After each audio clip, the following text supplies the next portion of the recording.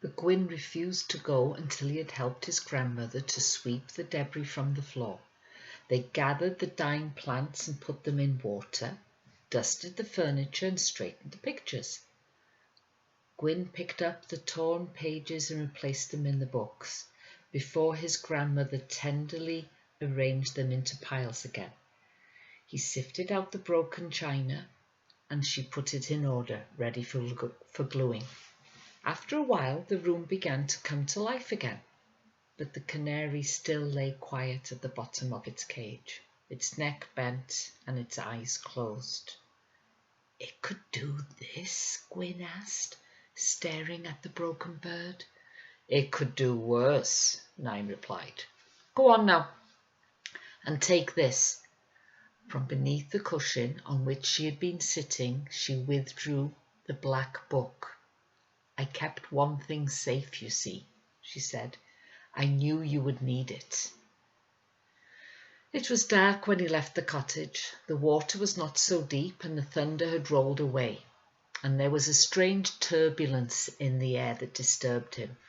He was relieved to see that the lights had come on again in the farmhouse. It looked safe and welcoming. His father met him at the door. "Did you see the girl?" he asked. Before Gwyn could reply, his mother said, "Why were you so long? What happened?" "I had to help Nine," he explained, and would have said more if his father had not interrupted him again. "Did you see the girl?" he demanded anxiously. "The girl? Eirlis?" "No, I didn't see her," Gwyn said. "Well, where is she then?" His father sprang past him and strode across the lawn to where the Land Rover waited in its shed. "The Herberts rang," he shouted. "They said she left 2 hours ago, slipped out of the house into the storm, came to see if you were well. They thought because you went at school." He disappeared into the shed, and the Land Rover burst into life. It crashed down on the track and rocked and roared its way through the mud.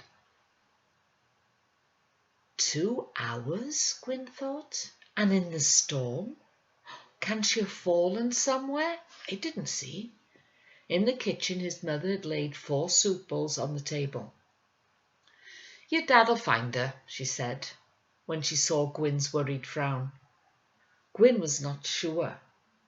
There was that thing in the air, that awful something that had destroyed Nine's room. They heard the Land Rover return only minutes later, and Gwyn ran to open the front door. His father was already beside the vehicle. The door was swinging wide, and he was gathering something into his arms, something grey that was streaked with mud. Mr. Griffith walked through the gate and up the garden path, and as he came within the arc of light thrown out by the porch lantern, they saw the grey bundle. The girl's pale hair was black with mud, her white face covered with smudges of brown, and she'd lost her shoes. Gwyn held his breath. He realized that he had known the girl for a long time. What a dull magician he was, indeed.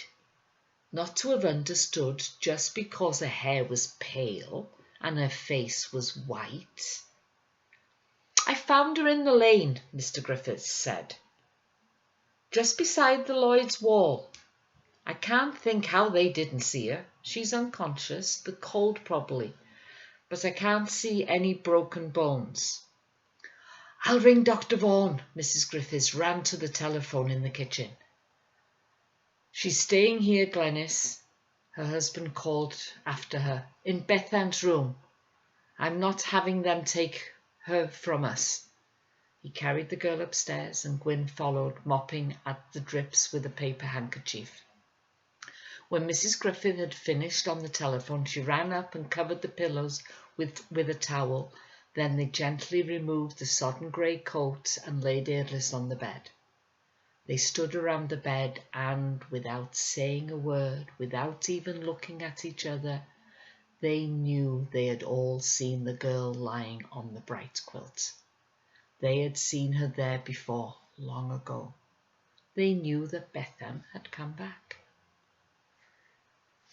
You go and have your tea. I'll stay with her. Mr. Griffiths drew a chair up to the bed.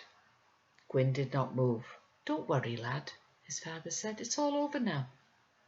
Gwyn knew that it was not.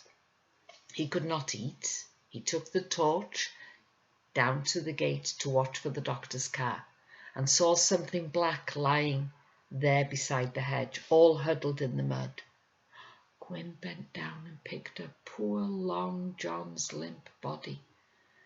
The black cat's eyes were closed. His nose was full of earth.